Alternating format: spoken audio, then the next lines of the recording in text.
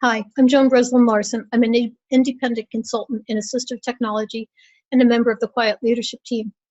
Today, we're going to be talking about one of the 8 quality indicators for assistive technology services, the indicator area of professional development. It's important to note that of the 8 indicator areas, 6 of them deal specifically with student services.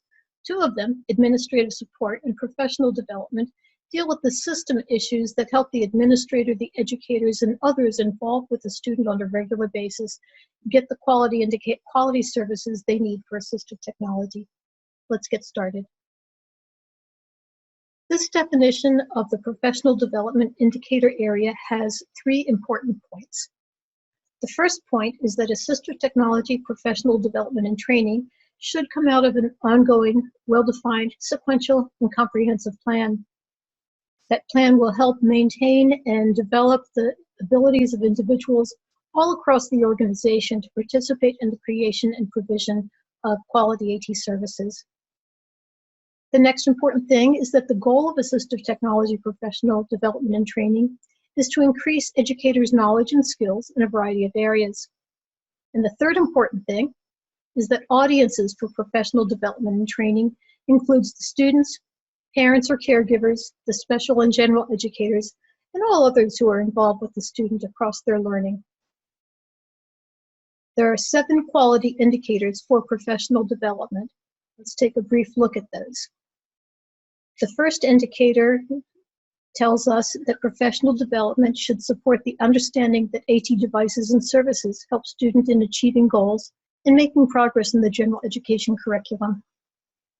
Indicator 2 points to a plan for professional development, which identifies the audiences for that professional development, the purpose of the professional development, what activities will be involved, what expected results we have, and what funding is needed to provide that professional development. Indicator 3 tells us that the professional development should support the selection, acquisition, and use of assistive technology devices and services for the student. Indicator 4 reminds us that professional development is aligned with other PD initiatives across the school. Indicator 5 tells us that we should provide ongoing learning opportunities utilizing local, state, and national resources. Indicator 6 reminds us that professional development should follow research-based adult learning strategies. And Indicator 7 finally reminds us that professional development is evaluated by measuring changes that result in improved outcomes for the students. Let's take a look at some big ideas about assistive technology professional development and see how those big ideas can help you in developing your professional development plan. We'll look at the big ideas all together, and then we'll break each one down a little bit. So the first big idea is professional development focuses on student educational progress. The second big idea is professional development is comprehensive, and it's based on a plan. The third big idea is professional development utilizes a variety of resources. And finally, professional development is ongoing. It's not a one-time and done kind of deal. So the first big idea, professional development focuses on student progress. So we know that professional development focuses on strategies that reduce or eliminate barriers for students. We can use professional development for a variety of purposes. We can have awareness activities that might be an overview of apps that'll get stakeholders really excited about using assistive technology. We can provide professional development that reduce barriers by sharing information on free or low-cost professional development activities. Or we can provide information on procedures and guidelines to help ensure consistent access to assistive technology for students. And the most important reason to provide professional development in AT is to allow students to use AT so that they can progress in their goals and objectives and make progress in the general education curriculum. Professional development can eliminate misconceptions about assistive technology. Sometimes our colleagues may not know about assistive technology and believe that it provides a student with extra benefit.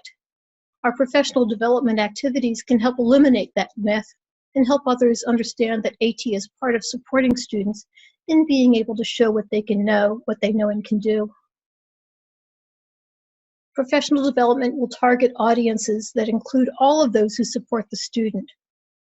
Let's think about a student who uses a speech-generating device. As we think about who needs professional development, there's some real obvious targets.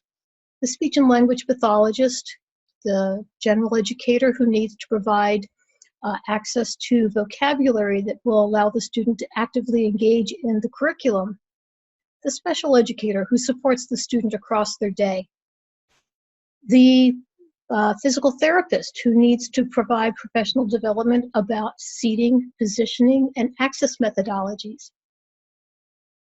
Let's think a little bit about the bus driver. Well, what does a bus driver need to know about assistive technology? Well, the bus driver is involved in ensuring that the student and the speech-generating device are transported safely to and from school every day. So the school bus driver needs to know a little bit about what it means, how to safely stow that device so that the student will be able to get it to and from home. The school lunch lady will also need some professional development. She needs to know that she no longer should depend on the paraprofessional to say the student wants tacos, but that there's going to be a machine generating the words, "I'd like tacos, please," and that she should actually pay attention to that student's new voice. So the professional development for the bus driver and the school lunch lady is far less robust than some of the others in the student's day, but everyone needs to be involved at some point. And the final idea is that the really important fact that IDEA includes the need for professional development in the definition of AT services. Our second big idea is that professional development is comprehensive and it's based on a plan. The first thing we need to know is that data are collected to determine what professional development is needed. So we need to know what is it that we need to provide that professional development about? What data do we have that shows a need? Based on that data, we develop a plan to support the students in the selection, acquisition, and use of assistive technology. And the professional development then provides a focus on the selection, acquisition, and use of AT for students. While we focus on that, consider what we need to know about local protocols and practices to consider AT. What funding streams or local resources are in place to access AT tools for student use? Do we already have a device or apps available through the district, or do we need to look at other options to obtain it?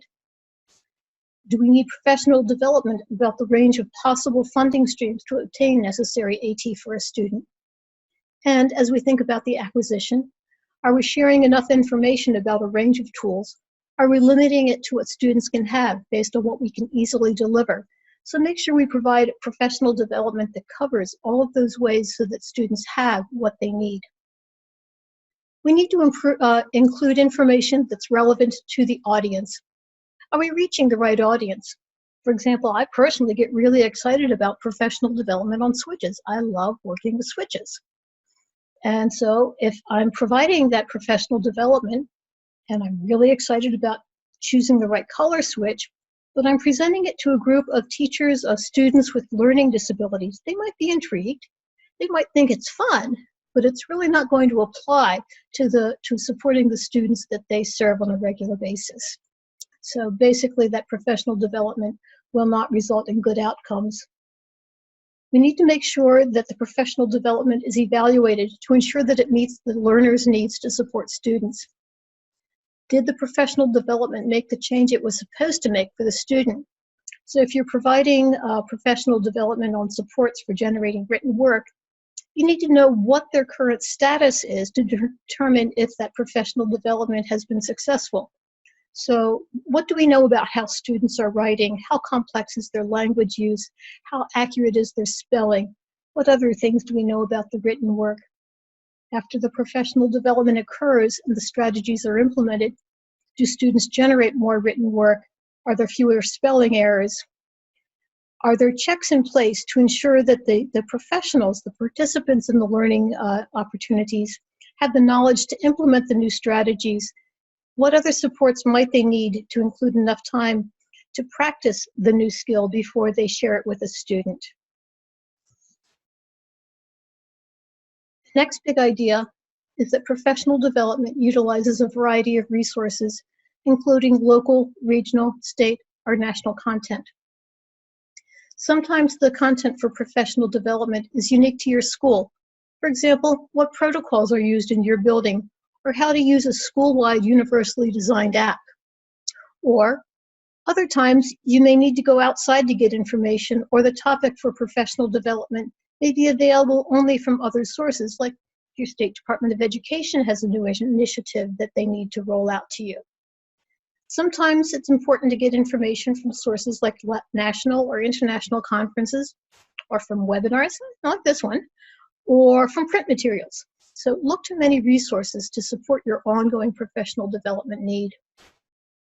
Information should be presented in a range of methods. What kind of activities will be part of that professional development?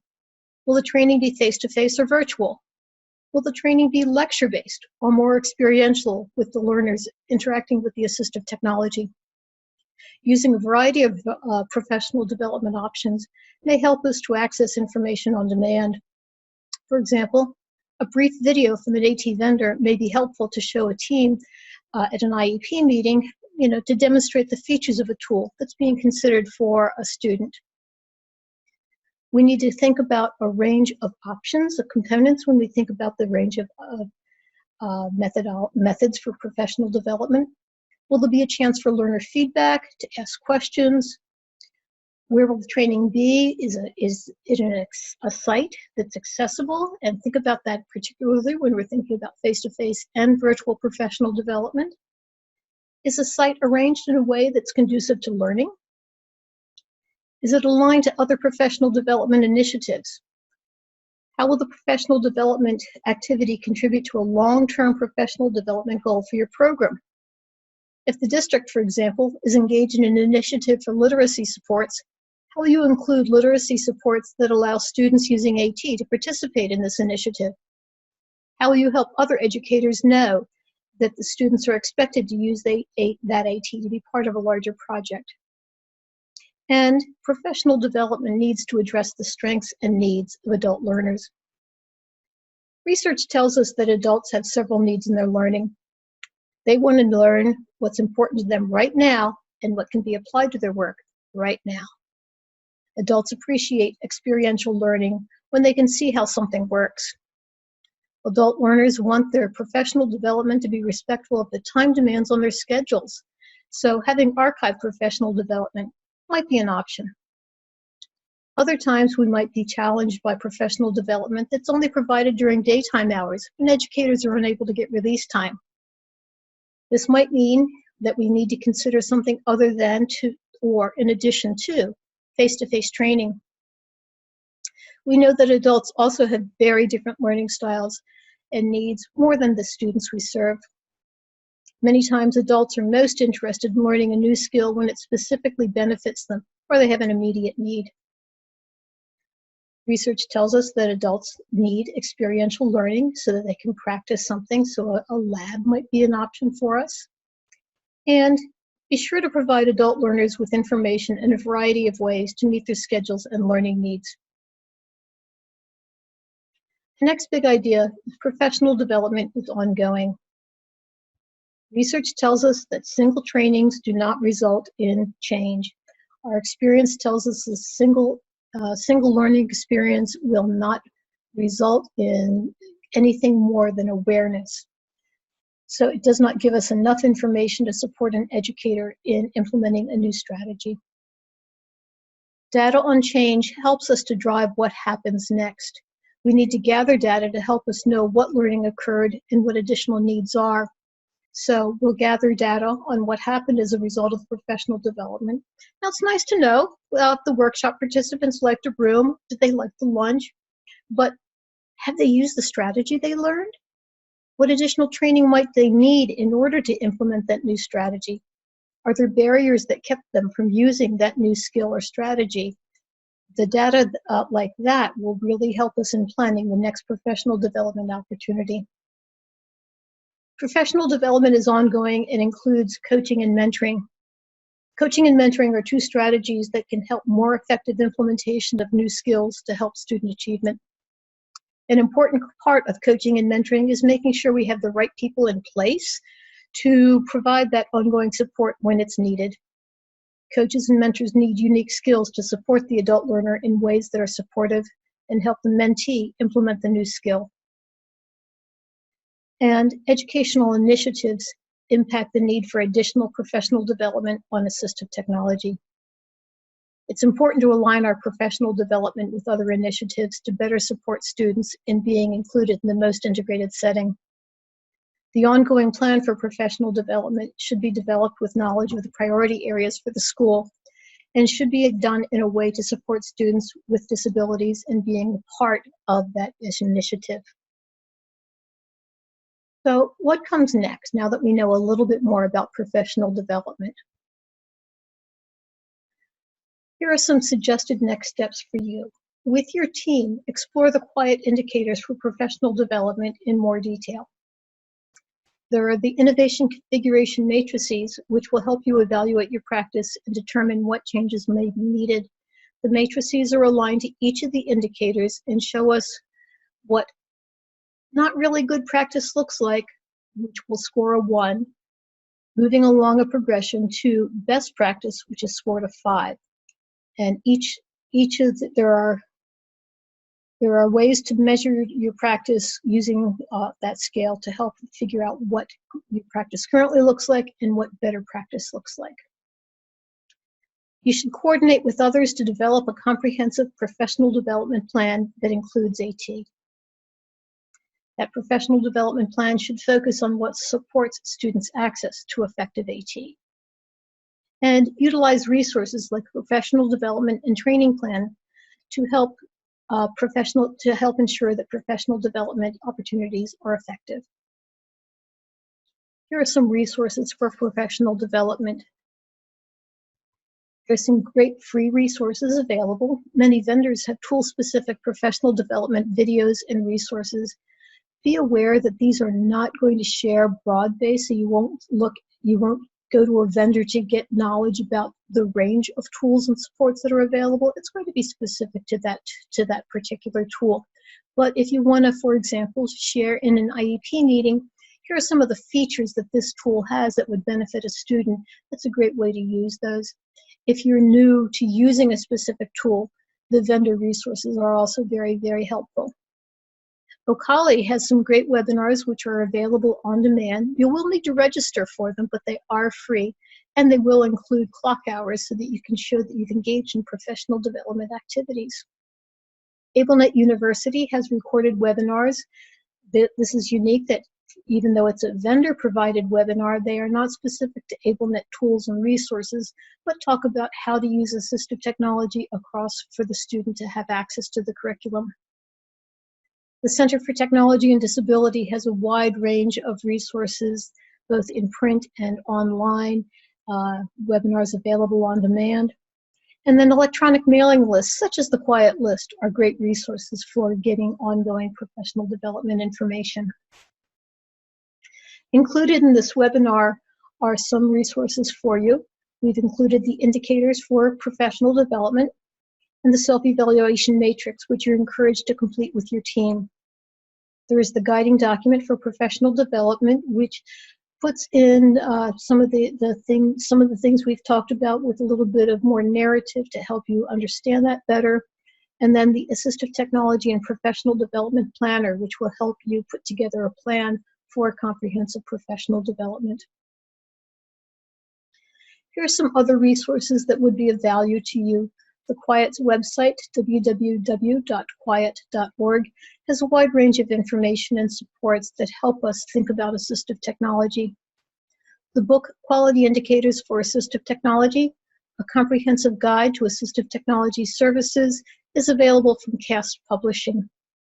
And you can always contact the Quiet Leadership by reaching out to us at the email address, quietleadership@gmail.com, and we'll be happy to respond to you. Thanks for watching today, and I hope this has been of value.